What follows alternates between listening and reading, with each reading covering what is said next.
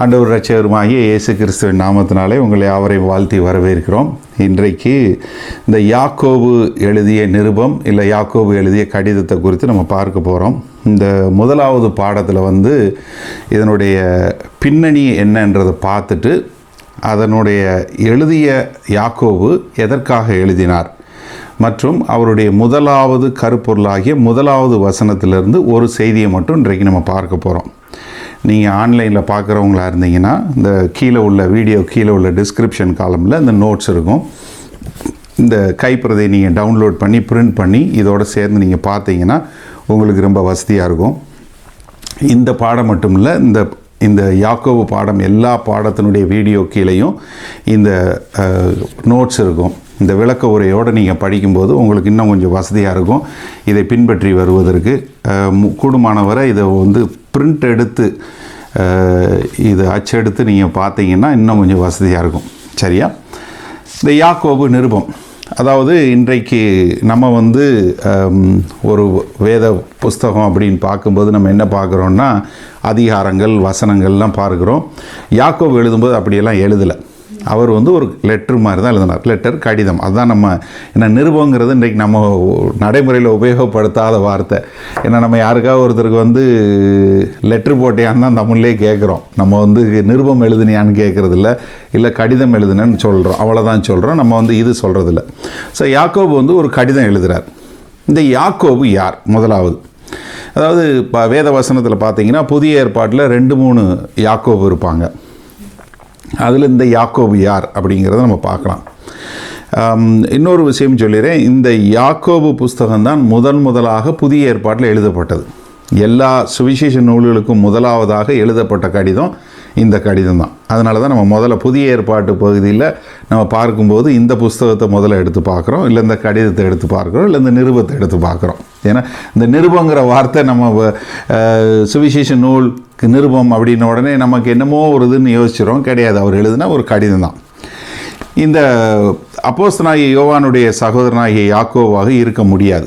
காரணம் என்னன்னா, யோவான் ஸ்நானகன் கொல்லப்பட்டார். நம்ம அப்போஸ்தலர் நடவடிக்கைகள் 12வது அதிகாரம் 2வது வசனத்தில் நம்ம பார்க்குறோம். ஏரோது அரசனால் கொல்லப்படுகிறார். அவர் கொல்லப்பட்ட ஆண்டு கிபி 42. ஆனால் அந்த கடிதம் எழுதப்பட்டது 42க்கு பின்பாக தான். ஸோ அதனால் இது அவருடைய சகோதரனாக இருக்க முடியாது, இருக்க வாய்ப்பும் இல்லை. அடுத்து வேறு இன்னொரு ஆள் யாருன்னு பார்த்தீங்கன்னா இயேசு கிறிஸ்துவனுடைய ஒன்றுவிட்ட சகோதரன். இந்த இயேசு கிறிஸ்துவனுடைய ஒன்றுவிட்ட சகோதரன் தான் இந்த கடிதத்தை எழுதியிருக்க முடியும். ஏன்னா அவர் தான் ஆண்டவராகிய இயேசு கிறிஸ்து உயிர்த்தெழுந்து வந்ததுக்கு பின்பாக எருசலேமின் சபையின் தலைவராக இருந்து நிறைய காரியங்களை செய்திருக்கிறாரு. அதனால் அவராக இருக்க வாய்ப்பு இருக்கும். ஆனால் என்ன ஒரு காரியம் நம்ம புரிஞ்சு கொள்ளணும்னா, நிறைய பேர் என்ன புரிஞ்சு கொள்றதில்ல, கன்னி மரியாளில் ஆண்டவராகிய இயேசு கிறிஸ்து பிறந்தார், அதனால் அதுக்கப்புறம் வேறு பிள்ளைங்க இல்லைன்னு நினச்சிக்கிறாங்க. அதாவது ஆண்டவராகிய இயேசு கிறிஸ்து பிறக்க வரைக்கும் தான் கன்னி மரியாள் யோசேப்பு கூட இருக்கலை. இயேசு கிறிஸ்து பிறந்ததுக்கப்புறம் மரியாளுக்கும் யோசேப்புக்கும் 4 சகோதரர்கள் பிறந்தாங்க, 1க்கு மேற்பட்ட சகோதரிகள் இருந்தாங்க. ஸோ அதனால் இவர் யாருன்னா அந்த ஆண்டவராகிய இயேசு கிறிஸ்துவனுடைய ஒன்றுவிட்ட சகோதரன். நீங்கள் மார்க் 6வது அதிகாரம் 3வது வசனத்தில் பார்க்கும்போது, இவன் தச்சன் அல்லவா, மரியாளுடைய குமாரன் அல்லவா, யாக்கோபு, யோசே, யூதா, சீமோன் என்பவர்களுக்கு சகோதரன் அல்லவா, இவன் சகோதரிகளும், அவங்க பேர் எத்தனை பேருன்னு இது பண்ணல, ஒரு சகோதரினா ஒரு சகோதரின்னு போட்டிருக்கோம். சகோதரிகளுங்கிறதுனால குறைந்தபட்சம் 2 சகோதரியெல்லாம் இருந்தால் தான் சகோதரிகளும்ன்ற வார்த்தை வரும். சகோதரிகளும் இங்கே நம்மிடத்தில் இருக்கிறார்கள் அல்லவா என்று சொல்லி அவரை குறித்து இடரல் அடைந்தார்கள்.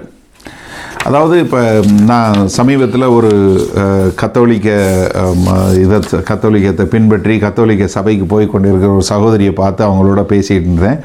அவங்ககிட்ட சொன்னேன், இந்த சார் இதை சொன்ன உடனே அவங்களுக்கு ஒரே ஆச்சரியம். இல்லை அவங்க கன்னி மரியாள் அப்படின்னாங்க. நான் சொன்னேன், உங்கள் பைபிளே எடுத்துகிட்டு வாங்க, உங்கள் வேத வசனத்திலேருந்து இதை நீங்கள் வாசிங்கன்னா அவங்க வாசித்ததும் அவங்களுக்கு ஒரே ஆச்சரியம்.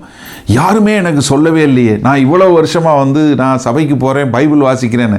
நான் சொன்னேன், இன்றைக்காவது உங்கள் கண் திறந்ததே அப்படின்னு. ஸோ அந்த மாதிரி நிறைய பேர் வந்து இதை புரிஞ்சு கொள்றதில்ல. ஏன்னா மரியாளுக்கு வேறு பிள்ளைகளும் பிறந்தாங்க. இப்போ இயேசு கிறிஸ்து, ஆண்டவராகிய இயேசு கிறிஸ்து தன்னுடைய வீட்டை விட்டு வெளியே வந்து ஊழியம் செய்ய ஆரம்பிக்கிறார். ஒரு 30 வயசில் வந்து ஊழியம் செய்கிறார். இப்போ என்னோட சேர்ந்து கொஞ்சம் நீங்களும் கற்பனை பண்ணுங்கள். இப்போ உங்கள் அண்ணன், மூத்த அண்ணன் இயேசு கிறிஸ்து தான் முதலாவது பிறந்தவர். அதுக்கப்புறம் 4 சகோதரன் பிறந்திருக்காங்க, 2 சகோதரி இருக்கிறாங்க.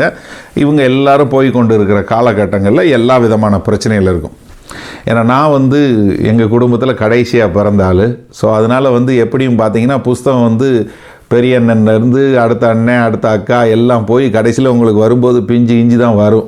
சட்டையும் அப்படி தான் வரும், எல்லாமே அப்படி தான், எதுவும் வந்து புதுசாக வராது. ஏன்னா நீங்கள் வரும்போது இப்போ உங்கள் அண்ணன், மூத்த அண்ணன் இருக்கிறாரு, அவர்கிட்ட நீங்கள் இப்போ எல்லாம் செய்கிறீங்க, எல்லாம் பண்ணுறாரு. அவர் வந்து டேபிள் செய்கிறாரு, தச்சனை வேலை பார்க்குறாரு, அவங்க சொந்தமாக தொழில் பண்ணுறாங்க, எல்லாம் பண்ணுறாங்க. திடீர்னு 30 வயசு ஆகுது.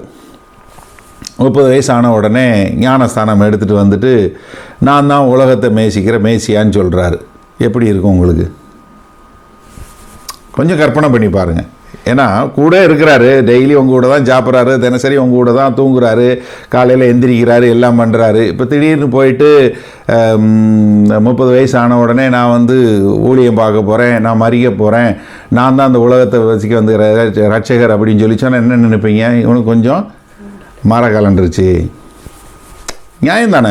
நீங்கள் யோசிச்சு பாருங்கள். ஏன்னா அவங்க தினசரி பார்க்குறாங்க, பார்க்குற தன்னுடைய அண்ணனே வந்து திடீர்னு இப்படி சொன்னதுனால தான் அவங்களால ஆண்டவராகி இயேசு கிறிஸ்து உயிரோடு இருக்கிற வரைக்கும் அவங்களால வந்து இவர் தான் வந்து தங்களை ரட்சிக்க வந்திருக்கிற ரட்சகர் என்பதை அவர்களால் புரிந்து கொள்ள முடியல, அதை ஏற்றுக்கொள்ளவும் முடியல.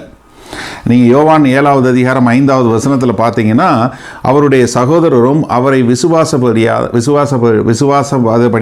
இப்படி சொன்னார்கள். என்ன, எல்லாரும் பஸ்கா பண்டிகைக்கு போகிறாங்க, இவர் வந்து போகாமல் வீட்டில் இருக்கார், நீயும் போ அப்படின்னு. எல்லாருக்கும் முன்னாடி என்ன ரகசியமாகவே செய்ய முடியாது, நீயும் போய் செய்ய அப்படின்னு. ஏன்?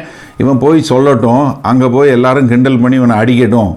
இவங்களுக்கு நம்பிக்கை இல்லை, இவர் தான் வந்து மேசியாங்கிறதுல இவர்களுக்கு நம்பிக்கை இல்லை. அதனால தான் இந்த காரியத்தை செஞ்சாங்க. அப்போ அவர் வந்து யாருமே வந்து ஆண்டவராகிய இயேசு கிறிஸ்து மரிக்கிற வரைக்கும் இவங்க சகோதரர்கள் யாரும் விசுவாசிக்கலை.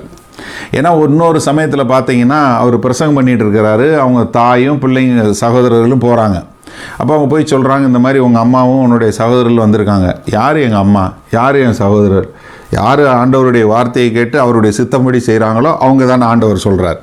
ஸோ அப்போ ஏற்கனவே அவங்களுக்கு பிடிக்கலை, அதனால் இவங்க விசுவாசிக்கவும் இல்லை. ஆனால் ஆண்டவராகிய இயேசு கிறிஸ்து சொன்னது போல் மரித்து விடுகிறார். மரித்து 3வது நாளில் உயிர்த்தெழுந்து வந்துடுறார். இப்போ உயிர்த்தெழுந்து வந்த ஆண்டவராகிய இயேசு கிறிஸ்து யாக்கோபுவையும் சந்திக்கிறார். நல்லா கவனிங்க. அதாவது தன் சகோதரன் தான், ஒன்று விட்ட சகோதரன், ஆனால் அவன் விசுவாசிக்கவே இல்லை. கடைசியில் ஆண்டவர் வந்து சொன்னது போல் மரித்திடுறாரு. மரியாள் அங்கேருந்து பார்க்குறா. உயிர்த்தெழுந்த ஆண்டவருடைய கல்லறைக்கு போய் மரியாளும் போய் பார்க்குறாங்க, அங்கே இல்லை, உயிரோடு எழுந்துட்டாருன்னு சொல்லி. இப்போ இந்த யாக்கோபுவை ஆண்டவராகிய இயேசு கிறிஸ்து உயிர்த்தெழுந்த பின்பு வந்து சந்திக்கிறார். அப்போ பாருங்கள், 1 கொரிந்தியர் 15வது அதிகாரம் 7வது வசனத்தில் சொல்லும்போது பின்பு யாக்கோபுக்கும் அதன் பின்பு அப்போஸ்தலர் எல்லோருக்கும் தரிசனமானார். இப்போ இது வந்து ரொம்ப முக்கியமாக அந்த வார்த்தையை மென்ஷன் பண்ணியிருக்கு. ஏன்னா அப்போஸ்தலனாகிய யாக்கோபு எப்படி ரட்சிக்கப்பட்டாங்கிறது தெரியணும். அவர் உயிரோடு இருக்க வரைக்கும் விசுவாசிக்கலை. ஏன்னா தினசரி பார்த்துட்ருக்கேன் இவரா அப்படிங்கிற ஒரு எண்ணம், அதனால் இது பண்ணல. கடைசியில் என்ன, அவர் சொன்னது போல் மரித்து உயிர்த்தெழுந்ததை பார்த்ததுக்கு பின்பு இவர் தான் உண்மையிலே மேசியா என்று அவரை ஏற்றுக்கொள்ளக்கூடியதாக இருந்தது. ஏன்னா நம்ம வந்து பார்க்குறோம், ஆண்டவராகிய இயேசு உயிர்த்தெழுந்ததுக்கு பின்பாக 40 நாள் அளவும் அவர்களோடு இருக்கிறார். உயிர்த்தெழுந்து வந்து கூட அவர்களோடு மரித்தவர்களை ஏற்கனவே பழைய ஏற்பாட்டு காலத்தில் மரித்தவர்களை காவலிலிருந்து விடுதலை செய்து அவர்களை வெளியே கொண்டு வந்துட்டு அதற்கப்புறம் 40 நாள் அளவும் அவர்களோடு இருந்து ராஜ்யத்தை குறித்த செய்தியை சொல்லிக் கொடுக்குறாருங்கிறத அப்போஸ்தலர் நடவடிக்கை 1வது அதிகாரத்தில் நம்ம பார்க்குறோம். அதற்கு பின்பாக அவர் வந்து என்ன சொல்லிட்டு போகிறாரு, நீங்கள் எல்லாரும் எருசலேமில் தங்கியிருங்க. ஏன்னா ஆண்டவர் சொல்லியிருக்கிறாரு, ஒரு உங்களுக்கான வாக்குத்தத்தம் பண்ணப்பட்ட அதை ஆசீர்வாதத்தை பெற வரைக்கும் நீங்கள் போகாதீங்க, அவர் பரிசுத்த ஆவியை கொடுக்க போகிறாருன்னு. இந்த 1 கொரிந்தியர் 15வது அதிகாரத்தில் பார்க்குறோம், ஏறக்குறைய 500 பேருக்கு அவர் தரிசனமாகிறார். எவ்வளவு? 40 நாள் அளவும் ஏறக்குறைய 500 பேருக்கு மேலே, ஏறக்குறைய எனக்கு தெரிந்து ஒரு 530 பேராக இருக்கணும். ஏன்னா சீஷர்கள் மற்றும் மரியாள், வேறு எம்மா ஊருக்கு வரக்கூடிய சீஷர்கள் மற்றும் மற்ற எல்லாருக்கும் சேர்ந்து பார்க்கும்போது அவ்வளோ பேருக்கு தரிசனமாகிறாரு. 40 நாள் உயிரோடு இருக்கிறாரு. ஆனால் என்ன சொல்லிட்டு போகிறாரு? எவ்வளவு நாள்னு சொல்லிட்டு போல. எவ்வளவு நாள் நீங்கள் எருசலேமில் இருக்குன்னு சொல்லிட்டு போல. 10 நாள் இருங்கன்னு சொல்லியிருந்தால் எல்லோரும் இருந்திருப்பாங்க. அவர் என்ன சொன்னார்? ஆவியானவர் கொடுக்குற வரைக்கும், அந்த வாக்குத்தத்தம் நிறைவேறுற வரைக்கும் நீ எருசலேமை விட்டு போகாதன்னாரு. ஆனால் என்ன ஆயிடுச்சு? கொஞ்சம் கொஞ்சமாக கூட்டம் குறைஞ்சி 50வது நாள் வரும்போது வெறும் 120 பேர் மட்டும்தான் இருக்கிறாங்க. அந்த 120 பேரில் யார் இருக்கிறா? இந்த யாக்கோபும் இருக்கிறார். நீங்கள் அப்போஸ்தலர் நடவடிக்கைகள் 1வது அதிகாரம் 13, 14 பார்க்கும்போது, அவர்கள் அங்கே வந்தபோது மேல் வீட்டில் ஏறினார்கள். அதில் பேதுருவும் யாக்கோபும் யோவானும் அந்திரேயாவும் பிலிப்புவும் தோமாவும் பார்த்திமிலேயும் மத்தேயும் அல்பேனின் குமாரனாகிய யாக்கோபும் சலத்தே எண்ணப்பட்ட சீமோனின் யாக்கோபின் சகோதரனாகிய யூதாவும் தங்கியிருந்தார்கள். இவர்கள் எல்லோரும் ஸ்திரீகளோடும் இயேசுவின் தாயாகிய மரியோளோடும் அவருடைய சகோதரரும் கூட ஒருமனப்பட்டு ஜெபத்திலே வேண்டுதலே தரித்திருந்தார்கள். யூதா என்று சொல்லக்கூடிய நம்ம வேத வசனத்தில் வெளிப்படுத்தின சுவிசேஷத்துக்கு முன்னாடி உள்ள ஒரு கடிதம், அவரும் ஆண்டவராகிய இயேசு கிறிஸ்துவனுடைய ஒன்று விட்ட சகோதரன். அந்த யூதாவும் இங்கே இருக்கிறார். இப்போ யார்? யூதாவும் இருக்கிறாரு, யாக்கோபும் இருக்கிறாரு. எங்கே? மேல் வீட்டறையில் 10 நாள் வந்து பரிசுத்த ஆவியானவர் வரும்போது அங்கே இருக்கிறாரு. இது என்ன ஆயிடுச்சு? தன் சகோதரன், கூட பிறந்து வளர்ந்த சகோதரன் இன்றைக்கு மரித்து உயிர் தெழுந்து வந்து தான் உயிருள்ளவர் என்று காட்டின உடனே அவர் விசுவாசிக்க தொடங்கிட்டார். விசுவாசித்தது மாத்திரமல்ல, அவரை பின்பற்றி வாழ தெரிஞ்சு கொண்டார். அதனால தான் யாக்கோபு இந்த கடிதத்தை எழுதினார். இந்த யாக்கோபு எவ்வளோ பெரிய பதவியில் இருந்தார்னா, ஆதி திருச்சபையினுடைய தலைவராக இருந்தார். எருசலேம் சபையினுடைய மூப்பராக மாத்திரல்ல, தலைவர். அவர் தான் வந்து எப்படி வந்து ஆதி திருச்சபைக்கு அப்போஸ்தலனாகிய பேதுரு வந்து ஒரு தலைவராக இருந்தாலும், எருசலேம் சபைக்கும் இந்த சபைகளுக்கு ஆலோசனை கொடுக்கக்கூடியதாகவும், இந்த சபைகளுக்கு கடிதம் எழுதக்கூடியதாகவும், இந்த சபைகளை ஒரு நிர்வாகத்தில் வழிநடத்தக்கூடிய எல்லாராலும் கணம் பண்ணக்கூடிய ஒரு ஆளாக வந்து யாக்கோபு இருக்கிறாரு. அதை நம்ம வேத வார்த்தையின் அடிப்படையிலையும் பார்க்கலாம். இப்போ யாக்கோபு வந்து தலைவராக இருக்கிறதுனால அப்போஸ்தலனாகிய பேதுரு வந்து அப்போஸ்தலர் நடவடிக்கை 12வது அதிகாரத்தில் பார்க்குறோம், யோவான் ஸ்நானகனை கொலை பண்ணதுக்கப்புறம் பேதுருவையும் அதே மாதிரி கொலை செய்யலான்னு சொல்லி ஏரோது ராஜா பிடிச்சு வந்து சிறைச்சாலையில் வச்சிருக்கிறான். அப்போ தேவதூதர்கள் வந்து பேதுருவை விடுதலை பண்ணி வெளியே கொண்டு வர்றாங்க. வெளியே கொண்டு வந்ததுக்கப்புறம் அங்கே சொல்லக்கூடிய வார்த்தை பாருங்கள், அப்போஸ்தலர் நடவடிக்கை 12வது அதிகாரம் 17வது வசனம். அவர்கள் பேசாமல் இருக்கும்படி, அதாவது தேவதூதர்கள் பேதுருவை பேசாமல் இருக்கும்படி அவன் கையமர்த்தி கர்த்தர் தன்னை காவலிலிருந்து விடுதலையாக்கின விதத்தை அவர்களுக்கு விவரித்து, இந்த செய்தியை யாக்கோபுக்கும் சகோதரருக்கும் அறிவியுங்கள் என்று சொல்லி புறப்பட்டு வேறொரு இடத்திற்கு போனான். பேதுரு என்ன சொல்கிறான்? நீ போய் யாக்கோபுட்ட சொல்லு. அப்போ பாருங்க, பேதுரு தலைவராக இருந்தால் கூட முதல்ல யார்கிட்ட போய் சொல்கிறாரு? நீ பேதுருக்கிட்ட போய் சொல்லு அப்படின்னு சொல்கிறார். அப்போஸ்தலனாகிய பவுல் வந்து என்ன செய்கிறாரு? அவர் என்ன காரியம் நடந்தாலும், எது நடந்தாலும் யார்கிட்ட போய் சொல்கிறாரு? பேதுருக்கிட்ட தான் போய் சொல்கிறாரு. அவர் வந்து இந்த கலாத்திய சபையில் நடந்த ஒரு காரியத்தை சொல்லும்போது, கலாத்திய சபைக்கு எழுதும்போது என்ன எழுதுகிறாரு? கலாத்தியர் 1:19 கர்த்தருடைய சகோதரனாகிய யாக்கோபை தவிர அப்போஸ்தலரில் வேறொருவரையும் நான் காணவில்லை. அதாவது பவுலும் வந்து ரட்சிக்கப்பட்டு எருசலேமுக்கு வந்தப்போ யாரை பார்க்குறாரு? யாக்கோபு தான் பார்க்குறாரு, வேறு யாரையும் பார்க்கல. அதற்கப்புறம் வந்து நீங்கள் பார்த்தீங்கன்னா நிறையா பிரச்சனைகள் வருது. அப்போஸ்தலனாகிய பவுலும் பர்னபாவும் போய் புறஜாதியார்களுக்கு எல்லாம் போய் சுவிசேஷம் சொல்ல ஆரம்பிக்கிறாங்க. நீங்கள் அப்போஸ்தலர் நடவடிக்கைகள் 14வது அதிகாரம் 15வது 13, 14 பார்க்கும்போது அவங்க வந்து மெலிட்டா, இக்கோனியம், லிஸ்த்ரா, டார்பி இந்த மாதிரி பல இடங்களில் போய் சபைகளை நிறுவுறாங்க. நிறுவி முடிச்சுட்டு வரும்போது அங்கே என்ன பிரச்சனை வருதுன்னா, யூதர்களாக இருக்கிறவங்களும் ஆண்டவராகிய இயேசு கிறிஸ்துவை ஏற்றுக்கொண்டுக்கிறாங்க, யூதர் அல்லாதவர்களும் ஆண்டவராகிய இயேசு கிறிஸ்துவை ஏற்றுக்கொள்கிறாங்க.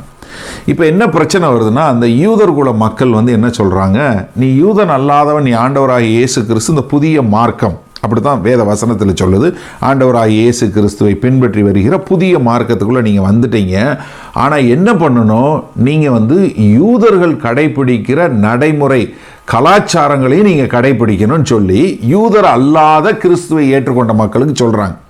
அப்போ இவங்களுக்குள்ள ஒரே டென்ஷன், நாங்கள் கிறிஸ்துவை ஏற்றுக்கொள்கிறோமா இல்லை யூதர்களாக மாறுறோமா அப்படிங்கிற ஒரு டென்ஷன் வந்துடுது. ஏன்னா யூதர்கள் அவங்களாலே நியாயப்பிரமாணங்களை கடைப்பிடிச்சு தேவனுடைய வாழ முடியல.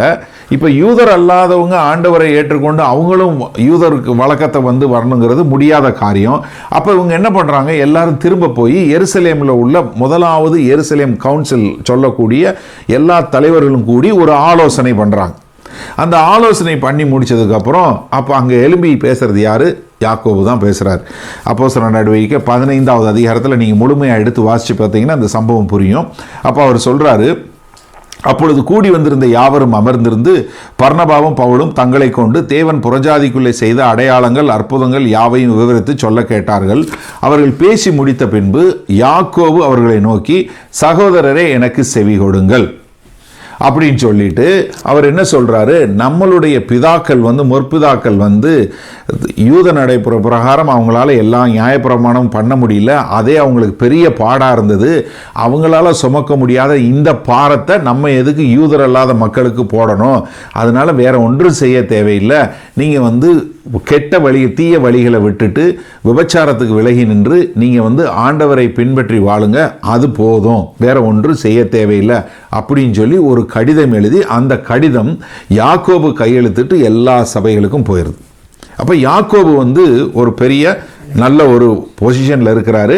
அவர் தான் எல்லா சபைகளுக்கும் ஒரு கடிதம் எழுதி என்ன செய்யணும் செய்யக்கூடாதுன்னு சொல்லக்கூடிய ஒரு நிலைமையில் இருக்கக்கூடிய இந்த யாக்கோபு. சில வருஷங்களுக்கு பிறகு மறுபடியும் இன்னொரு பிரச்சனை வருது. இப்பவும் பவுல் என்ன பண்ணுறாரு, யாக்கோபுட்டு தான் போகிறார்.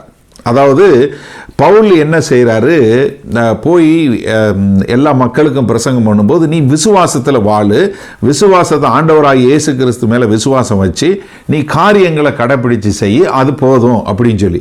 அப்போ இந்த யூத இதில் இருக்கக்கூடிய மக்கள் என்ன சொல்கிறாங்க, அப்போ பவுல் நமக்கு தவறான பிரசங்கம் பண்ணுறாரு, யூத குல நடவடிக்கையெல்லாம் தேவையில்லைன்னு சொல்கிறாருன்னு சொல்லி மறுபடியும் பவுல் மேலே குற்றச்சாட்டு வந்த உடனே மறுபடியும் எருசலேமுக்கு போகிறாங்க. அப்போவும் யாக்கோபு தான் அவங்களுக்கு காரியம் சொல்கிறாரு. ஆனால் யாக்கோபு இவங்களுக்கு சொன்னாலும் ஆனால் யூதர்கள் அதை கேட்காம அவரை பவுலை காட்டி கொடுத்துட்றாங்க. அப்படி தான் பவுல் சிறைப்பட்டு போகிறார். இதை நம்ம அப்போஸ்தலர் நடவடிக்கையில் 21வது அதிகாரத்தில் போதும். இப்படி இவ்வளவு வல்லமையுள்ள காரியமாக சபையை வழிநடத்தி கொண்டிருந்த இவர் தான் யாக்கோபு.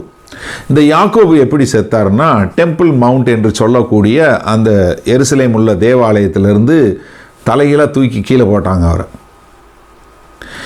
அதாவது அப்போஸ்தலர்களில் ஒரே ஒருத்தர் தான் நார்மலாக செத்தார். அது யாருன்னா அப்போஸ்தலனாகிய யோவான். அவர் நார்மலாக எப்படி செத்தாருன்னா, இயற்கையாக எப்படி செத்தாருன்னா, அவரை கொதிக்கிற எண்ணெயில் உள்ள தூக்கி போட்டாங்க.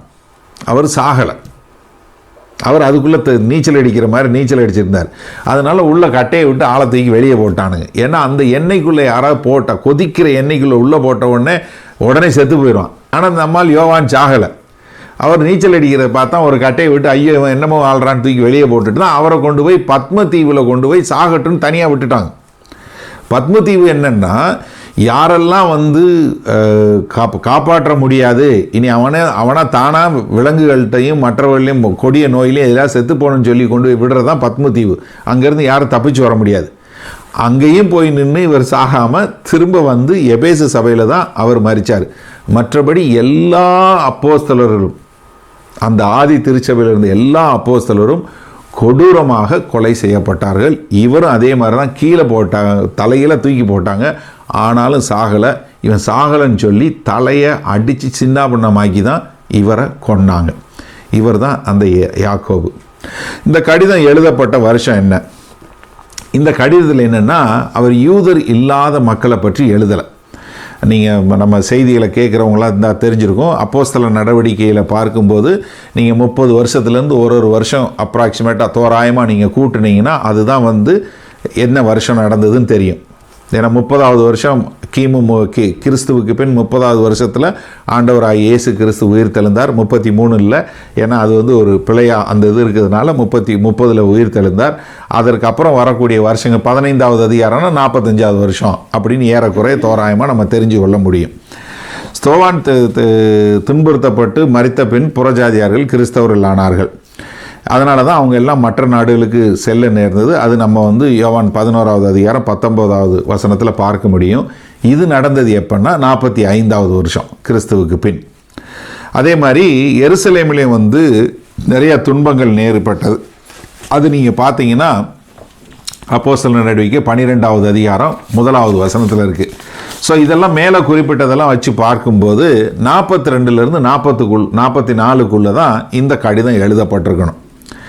ஏன்னா சுவிசேஷ புத்தகங்கள் வந்து பின்னாடி தான் எழுதப்பட்டது. அதற்கப்புறம் தான் ஒன்றொன்னா எழுதப்பட்டது. சுவிசேஷ நூல்லே மார்க்கு தான் முதல்ல எழுதப்பட்டது. மார்க்கு எழுதினார். ஆனால் அதை சொன்னது வந்து அப்போஸ்தலனாகிய பேதுருன்னு சொல்லி எல்லா பைபிள் ஸ்காலரும் அதை ஒற்றுக்கொள்கிறார்கள். ஸோ அப்போ இது எழுதப்பட்டது முதலாவதாக 44வது கிறிஸ்துவுக்கு பின் 44வது வருஷம் எழுதப்பட்டது. இதுதான் வந்து இந்த லெட்டர் எழுதப்பட்டது. ஸோ அந்த கடிதத்தினுடைய நோக்கம் என்ன? இந்த கடிதம் எதுக்காக எழுதப்பட்டதுன்னா, இந்த யூத வம்சத்திலிருந்து முதலாவது வந்த விசுவாசிகள் எல்லாரும் என்ன பண்ணாங்க, எல்லாம் எருசலேமில் கூடி ஜெபித்து இது பண்ணி கொண்டு இருந்தாங்க. அப்போ அந்த எருசலேமில் வந்து என்ன நடந்துருச்சு, இந்த யூதர்களை வந்து எப்படியாவது ஒழிச்சிடணும் அப்படின்னு சொல்லி ரோமாபுரி பேரரசுனுடைய கீழே வந்து ஏரோது ஆண்டு கொண்டிருந்தான். நீங்கள் சரித்திரம் பார்த்தீங்கன்னா ஏரோது வந்து ஏசாவினுடைய வழியில் வந்த ஏடோமைட். அவன் வந்து யூதனே கிடையாது. ஏரோது வந்து ஏதோமியன். அந்த ஏரோது என்ன பண்ணால் ஜூலியஸ் சீசர் என்று சொல்லக்கூடிய ரோமாபுரி பேரரசன்ட்ட போய் காசை கொடுத்து எருசலேமை நான் ஆளணும், யூதர்களை நான் ஆளணும்னு சொல்லி தான் அவன் அந்த யூதர்களை ஆளக்கூடிய ஒரு அதிகாரத்தை பெற்றுக்கொண்டு வந்தான். அந்த ஏரோதுனுடைய கொடுமை என்னன்னா, அவன் எப்படியாவது கிறிஸ்தவர்களை பூரா துன்புறுத்தி யூதர்களை ஒன்றும் இல்லாமல் செய்யணுங்கிறது அவனுடைய காரியம். இப்போ இவங்க வந்து என்ன பண்ண ஆரம்பிச்சிட்டாங்க, யூத மார்க்கத்தில் இருந்தவங்களே கிறிஸ்துவை ஏற்றுக்கொண்டு புதிய வழியில் போகிறாங்கன்ன உடனே இதுதான் சந்தர்ப்பம்னு சொல்லி அவங்கள பூரா அடித்து துன்புறுத்துறதுக்கு ஆரம்பிச்சது. அப்போ என்ன நடந்ததுன்னா, ஆதி திருச்சபையில் நீங்கள் இப்போ யாராவது கிறிஸ்தவன் அப்படின்னு சொல்லி நீங்கள் அரசாங்கத்திட்ட போட்டு கொடுத்தீங்கன்னா அவங்க சொத்தை பறிமுதல் பண்ணிடுவாங்க. பறிமுதல் பண்ணி உங்களுக்கு அந்த சொத்துலேருந்து 10% கொடுத்துருவாங்க. இப்போ நடைமுறையில் எப்படி யாராவது டேக்ஸ் ஏமாத்தினானா நீங்கள் போட்டு கொடுத்தீங்கன்னா உங்களுக்கு 10% கிடைக்கும். இன்றைக்கி இருக்குது, நம்ம நாட்டிலையும் இருக்குது. யாராவது ஒருத்தன் வரி ஏய்க்கிறான்னா நீங்கள் அவனை பற்றி சொல்லி கொடுத்தீங்கன்னா அவன் அந்த வரி ஏய்ப்புலேருந்து எடுத்து அரசாங்கம் எவ்வளவு காசு எடுக்குதோ அதுலேருந்து உங்களுக்கு 10% கொடுக்கும். எல்லா அரசாங்கத்திலையும் இது இருக்குது, இன்றைக்கும் நடைமுறையில் இருக்குது. அது அந்த காலத்தில் தான் ஆரம்பிச்சது. அப்போ என்ன பண்ண ஆரம்பித்தாங்க, எல்லாரும் வந்து தங்கள் சொத்து உடைமைகளெல்லாம் விற்று காசை கொண்டு வந்து சபையில் கொடுத்துட்டு எல்லாரும் உட்காந்து சபையில் சாப்பிட்டாங்க. இது நீங்கள் அப்போஸ்தலர் நடவடிக்கை 4வது அதிகாரம் 5வது அதிகாரத்தில் இதை பார்க்கலாம். இது தவறாக ஒரு சிலர் பிரசங்கம் பண்ணுவாங்க, ஆனால் அது காரணம் அது கிடையாது, இதுதான் காரணம். ஏன்னா எல்லாரும் வந்து பயந்து இது பண்ணாங்க. அப்போ என்னென்னா, எல்லாரும் இப்படி துன்புறுத்தப்பட்டதுக்கப்புறம் இவங்க எல்லாம் சிதறடிக்கப்பட்டாங்க. எல்லாம் அவங்க சொந்தம் வீடு எல்லாத்தையும் விட்டு எல்லாரும் வேறு தேசங்களுக்கு போக ஆரம்பிச்சிட்டாங்க. ஸோ அப்போ இவங்க பூரா சிதறி அடிக்கப்பட்டுட்டாங்க. சிதறி அடிக்கப்பட்ட மக்களுக்கு எப்படி ஒரு கிறிஸ்தவ வாழ்க்கை வாழ்வது என்று அவர்களுக்கு எழுதிய கடிதம் தான் இந்த கடிதம். யார்? யூதர்களாக இருக்கிறீங்க, இது வந்து புறஜாதியாக இருக்குல்ல, யூதர்களாக இருக்கிற மக்கள், நீங்கள் வந்து எருசலேமில் இருந்தீங்க, இப்போ உங்களுடைய சொத்து போயிடுச்சு, உங்களுடைய சொந்தம் போயிடுச்சு, உங்களுடைய எல்லாம் போயிடுச்சு, நீங்கள் எல்லாம் போய் வேறு அந்நிய தேசங்களில் உட்கார்ந்துருக்கிறீங்க, அங்கே நீங்கள் எப்படி வாழ வேண்டும் என்று சொல்லக்கூடியதாக எழுதுகிற கடிதம் தான் இந்த கடிதம். சரியா? அதனால தான் நீங்கள் வந்து இதில் வந்து என்ன பார்க்க முடியாது, யூதர் அல்லாதவர்களுக்கான காரியங்களை நீங்கள் பார்க்க முடியாது. எல்லாம் யூத குலத்தை சார்ந்தவங்களுக்கு தான் இருக்கும். அப்போ நீங்கள் கிறிஸ்துவை விசுவாசித்தீர்கள்னா நீங்கள் எப்படி இருக்க வேண்டும் அப்படிங்கிறதான் முக்கியமான ஒரு காரியம். இந்த கடிதத்தினுடைய முக்கிய பொருள் என்னன்னா, விசுவாசமும் கிரியையும்.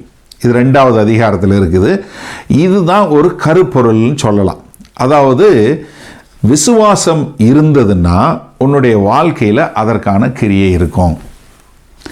ஏன்னா இந்த புஸ்தகம் வந்து இந்த கேனனைசேஷன் என்று சொல்லக்கூடியதாக வேத வசனத்தில் எந்தெந்த புஸ்தகம் சேர்க்கணும், எதை சேர்க்கக்கூடாதுன்னு சொல்லி, ஏன்னா நிறைய புஸ்தகம் எழுதப்பட்டது, நிறைய புத்தக சுருள் கிடைச்சது, ஆண்டவரை பற்றி வேறு வேறு மக்கள் எழுதினது எல்லாமே வந்து வேத வசனத்தில் இல்லை. பைபிளில் வந்து மொத்தம் 66 புஸ்தகம் மட்டும்தான் சேர்த்தாங்க, மீதி சேர்க்கலை. அதுக்கு ஒரு கவுன்சில் நடந்தது 3வது நூற்றாண்டில். அப்போ அவங்க எல்லாம் டிஸ்கஸ் பண்ணும்போது இந்த புஸ்தகம் ஆல்மோஸ்ட் கிட்டத்தட்ட இது பைபிளுக்கு வராமல் போகக்கூடிய அளவுக்கு வந்துருச்சு. காரணம் என்னென்னா இந்த கருப்பொருள் தான். ஆனால் அப்போஸ்தலனாகிய யாக்கோபு என்ன சொல்கிறாருன்னா, நீ விசுவாசம் இருக்குன்னு சொன்னேன்னா உனக்கு அதற்கான கிரியை இருக்க வேண்டும். ஏன்னா இது தவறாக போயிடுச்சு. நம்ம வந்து விசுவாசத்தினால தான் ரட்சிக்கப்படுகிறோம், நம்ம கிரியையினால் கிடையவே கிடையாது. ஏன்னா இதை நம்ம நன்றாக புரிந்து கொள்ள வேண்டும். ரெஃபர்மேஷனை கொண்டு வந்த 15வது நூற்றாண்டில் மார்ட்டின் லூத்தர் வந்து ஜெர்மனிலிருந்து வந்து அவர் எப்படி வந்து கத்தோலிக்க சபைகளுக்கு எதிராக அதிலிருந்து வெளியே வந்து அதில் இருந்த ஒரு குருவாக இருந்தவர் வெளியே வந்து இது நம்ம செய்யக்கூடியதெல்லாம் தவறு என்று சொல்லி ஒரு 95 தீசிஸ் பாயிண்ட் எழுதும்போது அவர் ரோமர் 1வது அதிகாரம் 17வது வசனத்தை எடுத்து அவர் சொன்னது என்ன, விசுவாசத்தினால நீதிமான் பிழைப்பான் என்று இருக்கிறது. இங்கே விசுவாசத்து மாத்திரம் இல்லை, கிரியை வேணும்னு சொல்லுது. அதனால இது தவறானது என்று சொல்லி அவரும் ரொம்ப அதிகமாக இதை குறித்து ரொம்ப எதிர்மறையாக பேசினார். ஆனால் அவர் என்ன இது பண்ணலன்னா, நம்ம வந்து ஆண்டவராகிய இயேசு கிறிஸ்துவின் மேல் வைத்திருக்கிற விசுவாசம் எப்படி காட்டப்படும்னா நம்ம செய்கிற கிரியையில் தான் காட்டப்படும் அப்படிங்கிறத தான் வந்து இவர் இங்கே சொல்கிறார். இப்போ நம்மளுடைய அன்றாட வாழ்வில் நம்ம விசுவாசிக்கிறோங்கிறத மக்கள் பார்க்க முடியாது. நம்மளும் வேறவங்களும் எல்லாம் ஒரே மாதிரி தான் இருக்கும். நீங்கள் வேணால் ஒரு சிலுவை போட்டுக்கலாம், இல்லை ஜீசஸ் லவ்ஸ் யூ டிஷர்ட் போடலாம், இல்லை உங்கள் காரில் மீன் படம் போடலாம், இல்லை உங்கள் வீட்டில் வந்து வசனம் போடலாம், இல்லை சிலுவை படம் போடலாம். பட் ஆனால் உங்களை ஆளை பார்த்தா கிறிஸ்தவன் தெரியாது. ஆனால் நீங்கள் பேசக்கூடிய விதம், நீங்கள் செய்யக்கூடிய காரியம் நீங்கள் கிறிஸ்தவனான்னு காட்டும். அதை தான் இங்கே சொல்கிறார். அப்போஸ்தலனாகிய பவுலும் சொல்லும்போது கலாத்தியர் 5வது அதிகாரம் 6வது வசனத்தில் சொல்லும்போது என்ன சொல்கிறாரு, அன்பினால் கிரியை, விசுவாசத்தினால் அன்புடன் கூடிய கிருபை தான் வேணுங்கிறார். அப்போ அவரும் அப்போஸ்தலனாகிய பவுலும் அதே தான் சொல்கிறாரு. அதாவது நீங்கள் வந்து நம்ம இது நன்றாக புரிஞ்சு கொள்ளணும். ஏன்னா இந்த புஸ்தகத்தை படிக்கிறது ரொம்ப முக்கியம். அதனால் அந்த புஸ்தகத்தினுடைய கருப்பொருள் நல்லா புரிஞ்சுக்கணும். நம்ம கிரியையினால் ரட்சிக்கப்படவே இல்லை. நம்ம ரட்சிக்கப்படுகிறது விசுவாசத்தினால தான் ரட்சிக்கப்படுறோம், கிரியையினால் கிடையாது. நான் விசுவாசத்தினால ரட்சிக்கப்பட்டேங்கிறதுக்கு ஒரு அடையாளம் என்னன்னா என் வாழ்க்கையில் இருக்க கிரியை. அதான் ரொம்ப முக்கியம். இது ரெண்டும். ஏன்னா நான் என் விசுவாசத்தை காண முடியாது, என் கிரியை காண முடியும். என் கிரியை பார்க்கும்போது எனக்கு விசுவாசம் இருக்குங்கிறது தெரியும். விசுவாசம் இருந்து என்கிட்ட கிரியை இல்லைன்னா அது செத்த விசுவாசம். அதைத்தான் வந்து இந்த இதில் வந்து ரொம்ப அழகாக சொல்கிறாரு. அதனால் நம்ம விசுவாசம் வந்து என்ன கொடுக்கணும், நன்றாக புரிஞ்சு கொள்ளணும். நம்ம வந்து எபேசியர் 2:8 சொன்னது போல் நம்ம வந்து விசுவாசத்தினால ரட்சிக்கப்பட்டோம். அந்த விசுவாசத்தினால ரட்சிக்கப்பட்டோங்கிறத அடையாளம் காட்டுறது நம்ம செய்யக்கூடிய கிரியை. ஆமேன். சரி, இந்த புஸ்தகம் என்னென்னா மொத்தம் 5 அதிகாரம் இருக்கிறது, 108 வசனம் இருக்குது. ரொம்ப ஈஸி. இது மொத்தமாக வந்து ஒரே கடிதமாக எழுதி நீங்கள் வாசித்து பாருங்கள். அதிகாரம் இல்லாமல் நீங்கள் வாசித்து பார்த்தீங்கன்னா உங்களுக்கு பிடிச்சிரும்.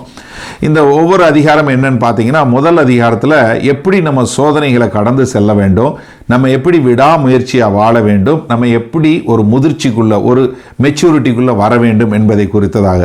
2வது அதிகாரம் விசுவாசமும் கிரியையும் குறித்தது. 3வது அதிகாரம் நம்ம வாயின் வார்த்தை, நாவும் வார்த்தையும் எவ்வளோ முக்கியம்னு சொல்லக்கூடியதா. 4வது அதிகாரம் எப்படி நம்ம தேவனிடத்தில் சமர்ப்பித்து அவருக்கு சரண்டராய் நம்ம வாழ வேண்டும். 5வது அதிகாரம் விசுவாசத்தையும் ஜெபத்தையும் குறித்து சொல்லக்கூடிய ஒரு காரியம். இந்த 5 அதிகாரம் உள்ள இந்த புஸ்தகத்தில் எனக்கு ஒரு இது என்னென்னா, எல்லா அதிகாரத்துலேயும் உள்ள 17வது வசனம் எனக்கு ரொம்ப பிடிக்கும். நான் ரொம்ப இந்த புஸ்தகத்தில் நான் வாசிக்க ஆரம்பித்த காலத்திலேருந்தே இந்த 17வது வசனத்தை எல்லா அதிகாரத்திலையும் உள்ள வசனத்தையும் என்னால் பாடமாக சொல்ல முடியும். பார்த்தீங்கன்னா ரொம்ப ஒரு அருமையானதாக இருக்கும், கொஞ்சம் வித்தியாசமாக இருக்கும்.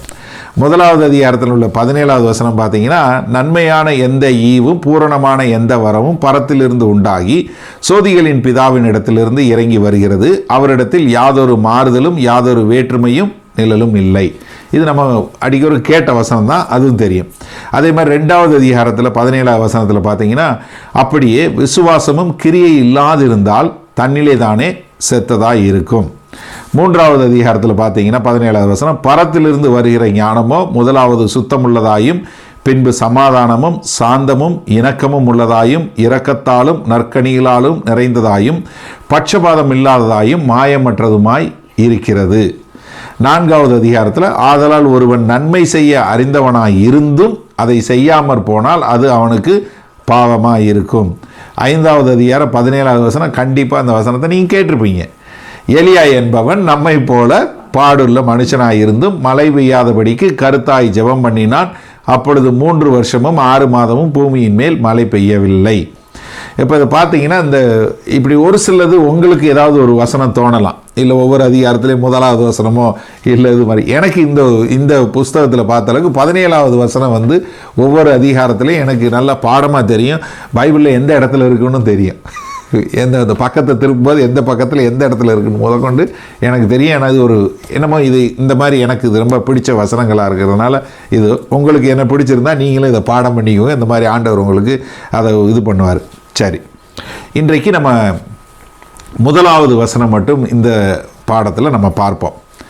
1வது அதிகாரம் 1வது வசனம், தேவனுக்கும் கர்த்தராகிய இயேசு கிறிஸ்துவுக்கும் ஊழியக்காரனாகிய யாக்கோபு சிதறியிருக்கிற 12 கோத்திரங்களுக்கும் வாழ்த்தி சொல்லி எழுகிறதாவது. இப்போ அப்போஸ்தலனாகிய யாக்கோபு இந்த கடிதத்தை எழுதும்போது தன்னை குறித்து சொல்லும்போது என்ன எழுதுகிறாரு? ஊழியக்காரனாகிய யாக்கோபு. இப்போ நல்லா ஒரு நிமிஷம் சிந்திக்கணும். இப்போ நமக்கு யாராவது ஒரு ஆளை தெரியும்னு வைங்களேன், ஒரு பெரிய ஒரு மினிஸ்ட்ரியோ இல்லை ஒரு ஊழியக்காரனையோ யாராவது தெரிஞ்சதுன்னா நம்ம என்ன சொல்லலாம், அவர் எனக்கு ரொம்ப நல்லா தெரியுங்க. எப்படி என் ஒன்று விட்ட சித்தப்பாவோட 3வது மாமாவோட தம்பியோட கொழுந்தனாரோட இவரோட அது சொல்லி விடுறதுக்குள்ளே நமக்கே தலை சுற்றிடும். எப்படியாவது அவரை தெரியுங்கிறத நம்ம காட்டிக்கிறதுல ரொம்ப பெருமைப்படக்கூடிய ஆளுங்க எல்லாரும் தான். நம்ம யாராவது ஒருத்தரை தெரியும்னா அவங்கள எப்படி தெரியும் அப்படி தெரியும், அவங்க இவங்களுக்கு சொந்தம், அவங்க இவங்களுக்கு சொந்தம், எனக்கு சொந்தக்காரர் இல்லை, அவர் ரொம்ப க்ளோஸ், எனக்கு டிவியில் கூட பார்த்துருக்க மாட்டோம் ஆனாலும் ரொம்ப க்ளோஸ்ன்னு சொல்லுவோம். அந்த மாதிரி நம்ம எப்படியாவது யாரையாவது ஒருத்தர் மூலம் சொல்லக்கூடியதா. இல்லை யார்கிட்டையாவது போய் இன்ஃப்ளூயன்ஸ் பண்ணனா எனக்கு எம்பியை தெரியும், எம்எல்ஏ தெரியும், அமைச்சரை தெரியும், இவரை தெரியும், அவரை தெரியும்னு எதையாவது ஒரு கதையை சொல்லக்கூடிய ஒரு காலகட்டம். இப்போ யாக்கோபு எழுதுறதா இருந்தால் எப்படி எழுதியிருக்கலாம் நல்லா யோசிச்சு பாருங்கள். ஒன்று விட்ட சகோதரன், அப்போ என்ன எழுதியிருக்கலாம்? ஆண்டவராகிய இயேசு கிறிஸ்துவனுடைய சகோதரனாகிய யாக்கோபு உங்களுக்கெல்லாம் எழுதுகிறதாவது எழுதலை. எருசலேம் திருச்சபையினுடைய தலைவர், எல்லா பஞ்சாயத்தும் அவர்கிட்ட தான் போகுது, அவர் தான் கடிதம் எழுதுகிறார், அவர் தான் எல்லாருக்கும் எல்லாம் சொல்கிறார். ஆண்டவராகிய இயேசு கிறிஸ்துவை உயிர் தெழுந்ததுக்கப்புறம் யாக்கோபை போய் நான் பார்க்கணும்னு சொல்லி போய் யாக்கோபிட்ட தரிசனமான அந்த ஆண்டவராகிய இயேசு கிறிஸ்து அதை எழுதியிருக்கலாம். ஆண்டவராகிய இயேசு கிறிஸ்துவை முகமுகமாய் சந்தித்த யாக்கோபும் எருசலேம் சபையின் தலைவனும் ஆகிய யாக்கோபு எழுதி கொள்வதாவது அப்படின்னு எழுதியிருக்கலாம். இல்லை நானும் ஒரு அப்போஸ்தலன் அப்படின்னு சொல்கிறக்கலாம், அப்போஸ்தலனாகிய யாக்கோபு உங்களுக்கு எல்லாம் எழுதுவதாகுது அப்படின்னு எழுதியிருக்கலாம், அதுவும் எழுதலை. இல்லை ஒரு சீசன்னாவது எழுதியிருக்கலாம், அதுவும் எழுதலை. எல்லாத்தையும் விட்டுட்டு அவர் என்ன எழுதுகிறாருன்னா, என்ன வேலைக்காரன், ஊழியக்காரன் வேலைக்காரன். இந்த காலகட்டத்தில் ஒரு தவறானதாகி போச்சு. ஊழியக்காரன்னா ஒரு பட்டம் மாதிரி ஆக்கிட்டாங்க. அவர் ஊழியக்காரர், ஊழியம்ன்றது ஒன்றும் இல்லை, வேலைன்னு அர்த்தம், அவ்வளோதான், வேலைக்காரன். ஆனால் நீங்கள் தமிழ் புஸ்தகத்தில் தான், தமிழ் வேத வசனத்தில் தான் வேலைக்காரன் இருக்குது. நீங்கள் இங்கிலீஷ் பைபிள் எடுத்து பார்த்தீங்கன்னா பாண்ட் சர்வெண்ட். பாண்ட் சர்வெண்ட்னா ஒப்பு கொடுக்கப்பட்ட வேலைக்காரன். நீங்கள் பழைய 2000 வருஷத்துக்கு முன்னாடி கடந்து போனால் தான் இதனுடைய அர்த்தம் புரியும். அதாவது நீங்கள் ஒரு இடத்துல ஒருத்தர்கிட்ட காசு வாங்கிட்டீங்க, உங்களுக்கு நீங்கள் அந்த காசுக்கு பதிலாக நீங்கள் போய் வேலை பார்க்கணும். அப்போ வேலை பார்க்கும்போது உங்களுக்கு கல்யாணம் ஆகுதுன்னு வைங்க, உங்கள் மனைவி உங்கள் ஓனருக்கு சொந்தம், உங்களுக்கு கிடையாது. உங்களுக்கு அங்கே இருக்கும்போது பிள்ளை பிறந்ததுன்னு வச்சுக்கோங்க, அந்த பிள்ளை உங்கள் ஓனருக்கு சொந்தம், ஓனங்களுக்கு கிடையாது, வேலைக்காரனுக்கு எதுவுமே கிடையாது. அந்த காலத்தில் மனைவி பிள்ளைகள் எல்லாம் விலைக்கு தான் வாங்கினாங்க. அப்படிப்பட்ட ஒரு காலகட்டத்தில் நீங்கள் ஒரு இது பண்ணிங்கன்னா 7 வருஷம் கழித்து உங்களுக்கு விடுதலை கொடுக்கணும்.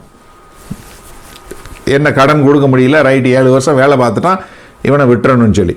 இப்போ 7 வருஷம் முடிஞ்சதுக்கப்புறம் அவன் இல்லை ஐயா நான் போகலை, நீங்கள் எனக்கு நல்ல முதலாளியாக இருக்கிறீங்க, அதனால் நான் வாழ்க்கை பூரா உங்களுக்கு வேலை செய்கிறேன் அப்படின்னு சொல்லி சொன்னால் அவனை கூப்பிட்டு காதில் ஒரு வளையம் இல்லைன்னா கழுத்தில் ஒரு வளையம் போட்டு விட்ருவாங்க, ஒரு ஓட்டை போட்டு ஒரு வளையம் போட்டுருவாங்க.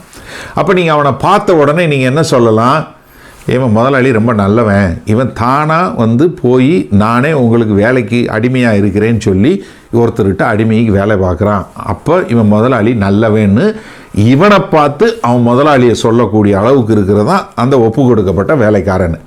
இப்போ யாக்கோபு என்ன சொல்கிறான், நான் அவருக்கு ஒப்பு கொடுக்கப்பட்ட ஒரு அடிமை அப்படிங்கிறான்.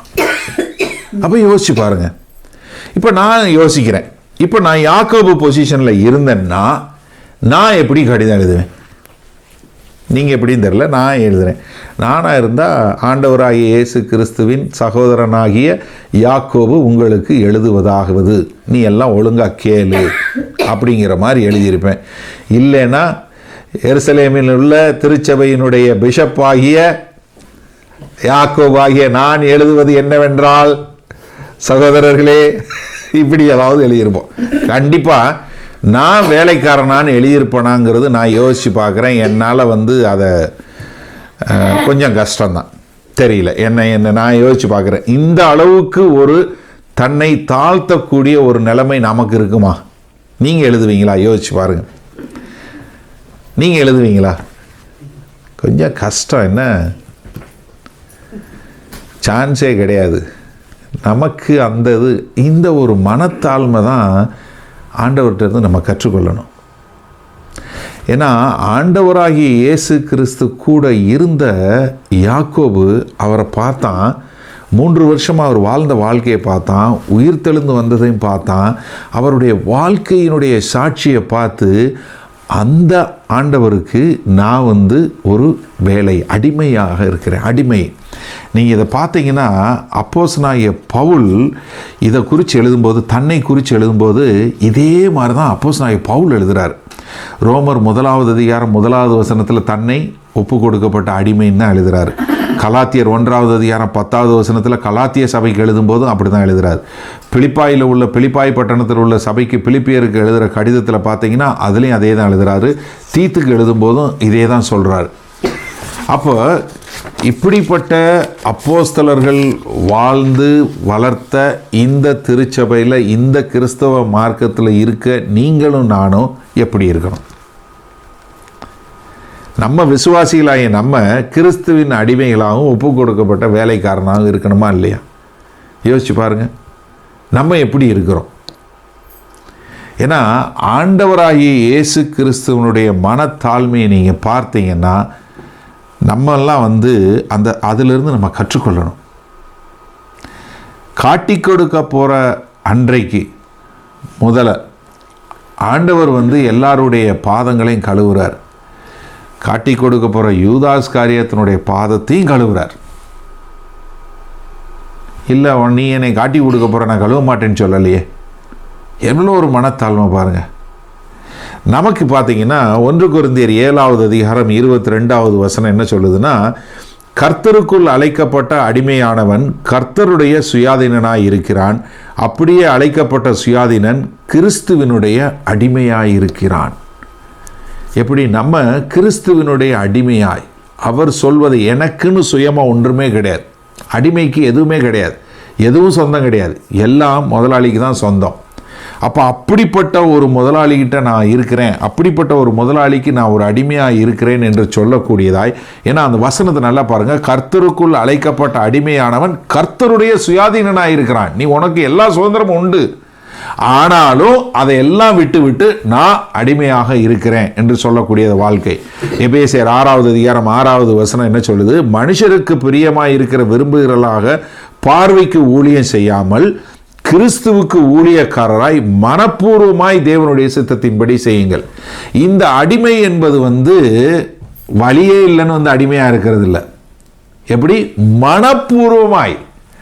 நான் ஏன்னா யாக்கோபு எப்படி வந்தார், நான் எருசலேம் சபையினுடைய மூப்பர்னு சொல்ல விரும்பல, நான் கிறிஸ்துவனுடைய சகோதரன் சொல்ல விரும்பல, நான் பெரிய ஆளுன்னு சொல்ல விரும்பல, நான் ஒரு அப்போஸ்தலன் சொல்ல விரும்பல, எனக்கு வசனம் தெரியும் சொல்ல விரும்பல. நான் சொல்றது என்ன, நான் அவ்வளவு தெரிஞ்சிருந்தாலும் நான் மனப்பூர்வமாக அவருடைய அடிமை என்று சொல்லுகிறேன்.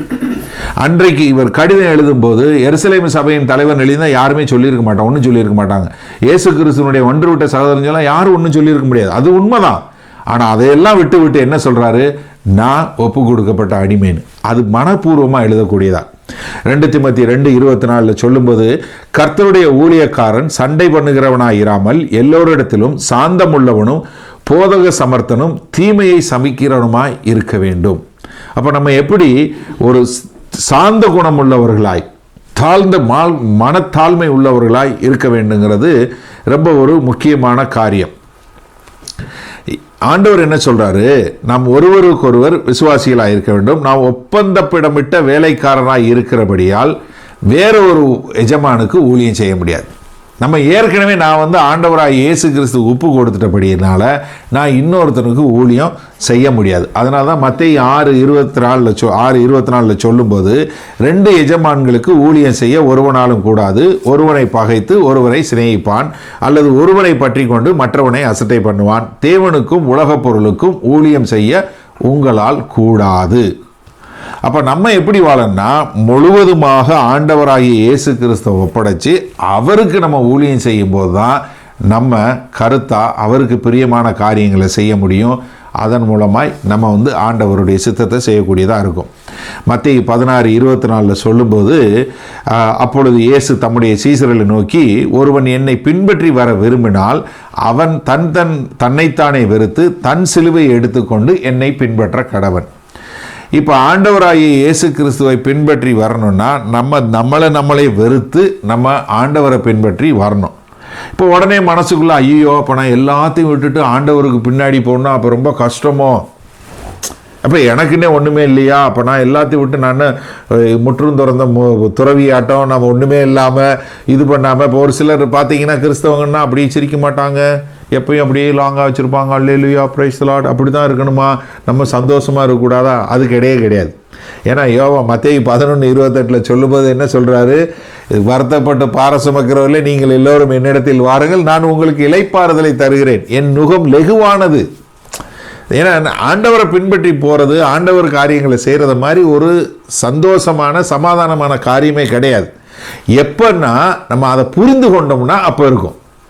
ஏன்னா நீ ஆண்டவருக்கு அழைக்கப்பட்டு இருக்கிறேன், அவர் எனக்காக மரித்து உயிர் தெழுந்த ஆண்டவருக்காய் நான் வாழ வேண்டும், எனக்காக நான் வாழக்கூடாது, நான் அவருக்காக வாழ்கிறேன்னு சொல்லி நீங்கள் ஒப்பு கொடுத்து வரும்போது அவர் சொல்கிற காரியங்களை கேட்டு செய்கிறது ரொம்ப லகுவாக இருக்கும். அது கஷ்டமானதே கிடையாது. இப்போ இந்த 1வது வசனத்தில் இன்னொரு காரியத்தை பாருங்கள். தேவனும் ஆண்டவராகிய இயேசு கிறிஸ்துவும், நல்ல கவனிங்க, அதாவது இயேசு கிறிஸ்து தன்னுடைய ஒன்று விட்ட சகோதரன். ஆனால் இப்போ இங்கே என்ன எழுதுகிறாரு, என்னை ஆளுகிற ஆண்டவர் என்று எழுதுகிறார். இது இந்த கிரியோஸுங்கிற வார்த்தை, கிரியோஸ்ன்னு சொல்லி கிரேக்க மொழியில் உள்ள வார்த்தை. அதற்கான ஈக்குவல் வார்த்தை என்ன பார்த்தீங்கன்னா, எபிரேய பாஷையில் அடோனாய் என்று சொல்லக்கூடியது. தமிழில் அதை தான் நம்ம ஆண்டவர்னு மொழிபெயர்த்திருக்கோம். ஆண்டவர்னா யார்? என்னை ஆளுகிறவர். எப்படி? என்னை ஆளுகிறவர். அப்போ உங்களை ஆளுகிறவர்னா நீங்கள் என்ன செஞ்சாலும், நீங்கள் என்ன செய்யணும், என்ன சிந்தனை எல்லாமே என்ன அவருடைய ஆளுகை கீழே இருக்கணும். அப்போ யாக்கோபு என்ன சொல்கிறாரு? என்னை ஆளுகிறவர். ஏன் சகோதரன் சொல்லலை? நல்லா யோசிச்சு பாருங்களேன். எனக்கு அவரை தெரியும் சகோதரன். ஏன்னா நிறைய இடங்களில் பார்த்தீங்கன்னா ஆண்டவராகிய இயேசு கிறிஸ்துவை பார்க்கக்கூடிய மக்கள் என்ன சொல்கிறாங்க, அவர் நல்ல போதகர், அவர் ஒரு தீர்க்கதரிசி. ஆனால் அவர் நல்ல ஆள் இல்லை, தீர்க்கதரிசியில் அவர் யார்? நம்மை ரட்சிக்க வந்த இரட்சகர், நம்மை ஆளுகிற ஆளுகை செய்கிறவர். அதனால தான் அவர் ஆண்டவராகிய இயேசு கிறிஸ்துவை தன்னுடைய எஜமானாக சொல்லி அவர் தன்னை ஆளுகிறவராய் இருக்கிறதாக சொல்கிறார். முதலாவது என்ன மனத்தாழ்மையில் என்ன சொல்கிறாரு? நான் அவருக்கு ஒப்புக்கொட்ட அடிமைங்கிறாரு. ரெண்டாவது, அவர் என்னை ஆளுகிறவர், அது மாத்திரமில்லை, என்னை ரட்சிக்கிறதும் என்னை வழிநடத்துகிறமாகிய தேவன், அவர்தான் என்னுடைய தேவன் என்று யாக்கோபு அந்த முதல் வசனத்திலே சொல்கிறார். என்ன? தேவனும் ஆண்டவருமாகிய இயேசு கிறிஸ்துவுக்கு ஒப்பு கொடுக்கப்பட்ட அடிமையாகிய யாக்கோபு சிதறி போயிருக்கிற 12 கோத்திரங்களுக்கும் எழுதுவதாவது. இப்போ என்னென்னா, இந்த மக்கள் இங்கேருந்து எருசலேமில் இருந்த எல்லா கோத்திரங்களும் சிதறடிக்கப்பட்டு விட்டாங்க. அதனால் அவங்களுக்கு இவர் எழுதுகிறார். எழுதும்போது முதலாவது என்ன சொல்கிறாரு? தன்னைத்தானே தாழ்த்தி சொல்கிறாரு. என்ன? சிதறடிக்கப்பட்ட மக்களே, நீங்கள் எல்லோரும் இப்போ என்னட்ட இருந்து கற்றுக்கொள்ளுங்க அப்படின்னு சொல்லக்கூடியதா.